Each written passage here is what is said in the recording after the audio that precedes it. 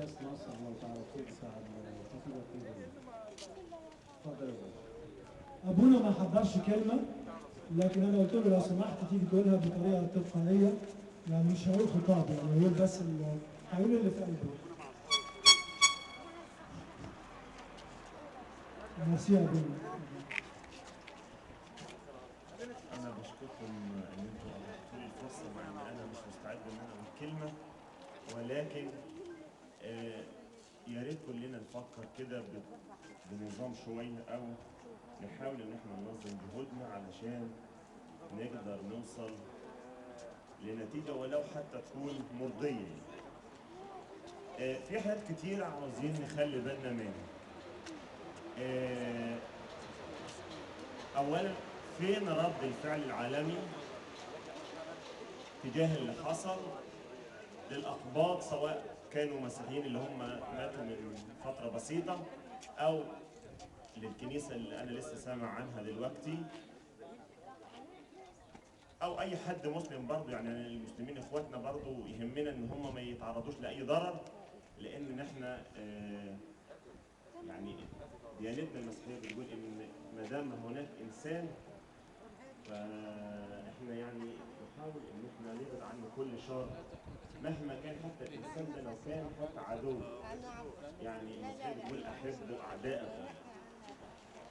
فلو إحنا حاولنا ننظم جهودنا، المنظمات الحقوقية سواء كانوا مسيحيين أو مسلمين، سواء كانت في فرنسا أو بريطانيا أو ألمانيا أو أي دولة، الناس اللي هم قريبين من البرلمان الأوروبي في بروكسل مثلا، زي ما هم كانوا بيقولوا إن اللي حصل في مصر انقلاب بسبب إن الحكومة كانت تتعامل برأفة مع اللي حصل أثناء فض الاعتصامات أو ما بعدها، ومع ذلك كان كل الناس في الدول الأوروبية أو في أمريكا مش عاوزين يعترفوا إن ده كانت إرادة شعب، مع إن كان هناك ملايين من الناس كانوا عاوزين كده، وكانوا يعني كأن ده ظلم للناس اللي بيعملوا كده.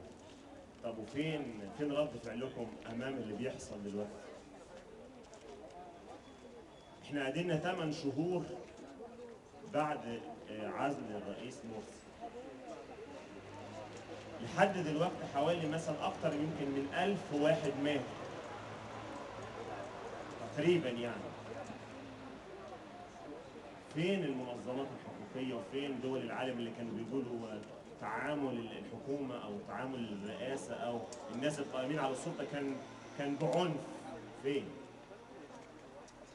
اشمعنى الناس دول لما بيموتوا بيكون الموضوع عادي وموضوع ما يهمناش وما بيتكلموش عنه، في حين ان مثلا لما يبقى في فض اعتصام كل الدول تطلع وتصرح تصريحات لا لازم ضبط النفس طب هم دول ناس ودول لا؟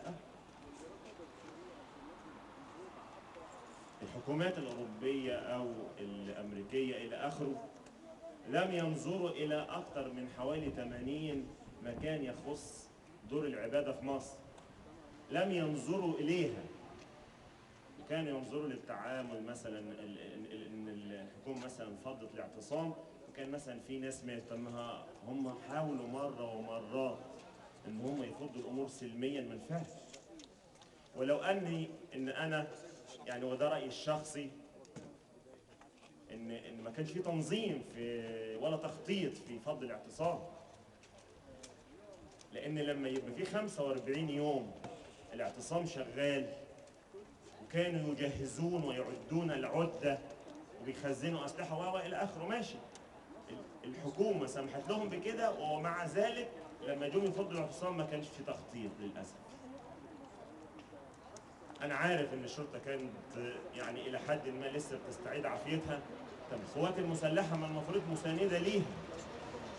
يعني القوات المسلحة والشرطة لما مش قادرين يحموا يعني مديريات الأمن وأقسام الشرطة في مصر اللي هم يعني ماكسيموم مثلا 200 مبنى أو 300 مبنى، إزاي هيقدروا يحموا 90 مليون شخص؟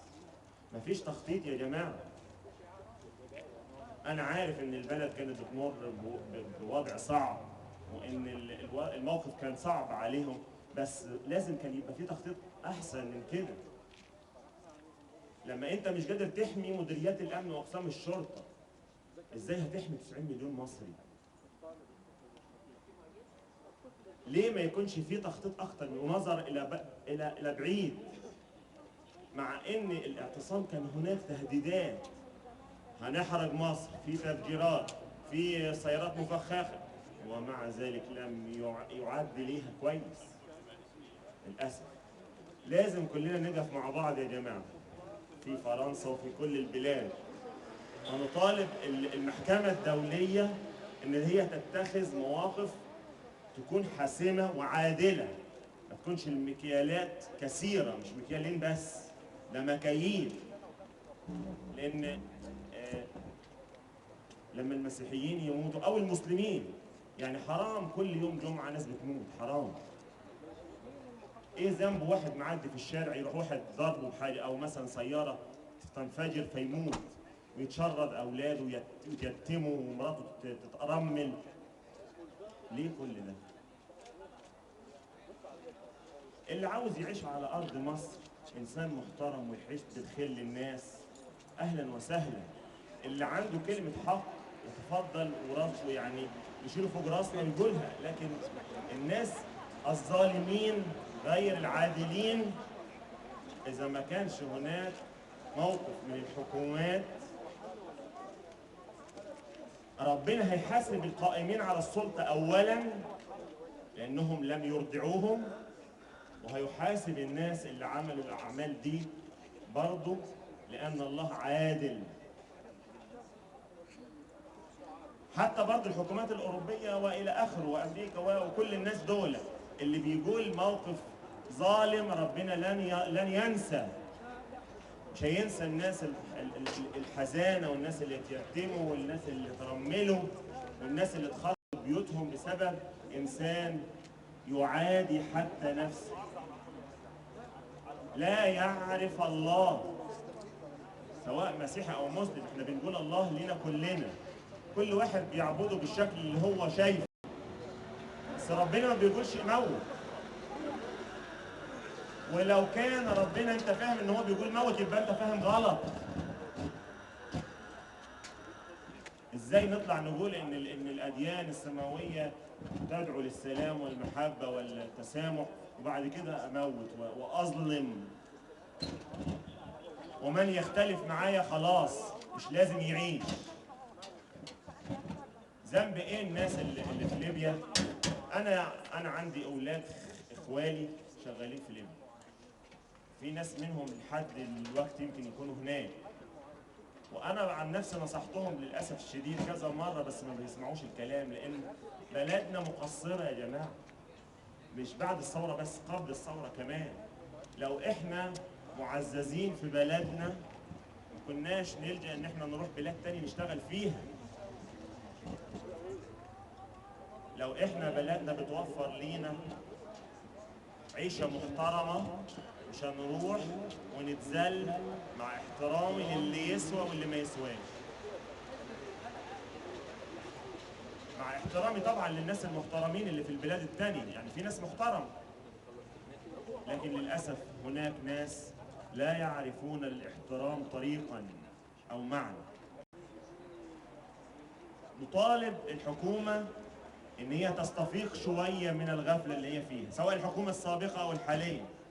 الحكومة الحالية يمكن لسه جديدة، لسه ما أخدتش مواقف، بس اللي أنا بسمعه ده يعني ده تخاذل شديد. يعني أنا كنت عايش هنا فترة، عرفت مرة إن أحد المغاربة، واحدة ست يعني أو واحدة آنسة، أخوها ضربها، راحت عشان تشتكيه في الكمسارية، فقالوا لها فين الأوراق بتاعتك؟ ما كانش معاها أوراق، فرحلوها للمغرب. عملت إيه السفارة المغربية؟ قامت الدنيا ولم تقعد. ليه؟ عشان هم بيحترموا كل إنسان. فرنسا بعتت جابتها على حسابها وعدتها إقامة تعويضا لها عن الإيذاء اللي حصل لها. طب فين احنا؟ فين الموقف اللي اتخذ مع ليبيا؟ فين؟ ليه ما نطردش كل من هو ليبي من مصر؟ لما تبقى تحترمونا نبقى تبقى بلدنا. مش عاوزين الشغل بتاعكم خلاص. ما هو انا اعيش محترم ومش مهم ابقى غني. وان شاء الله بلدنا هتبقى كويسه، بس انا عاوز الحكومه تشد حيلها شويه وما تبقاش ايديها بتترعش، وتشد شويه عشان خاطر نقدر ننجز في الفتره القادمه. بعد 8 شهور احنا لسه لغايه دلوقتي مش قادرين نظبط الامن في مصر. من حوالي 3 أسابيع انا كنت في الغردقه وانا جاي، كان المنظر مفرح جدا وكان في عدد كبير من السياح وبدات السياحه ترجع. بس ارجوكم يا ناس يا مسؤولين عن السياحه في مصر، ارجوكم اتحركوا كويس. انتوا عارفين ان في تهديد، ازاي تسيب اتوبيس يحصل له زي اللي حصل من 3 أسابيع؟ انا اشكركم ومعلش انا اسف طولت عليكم.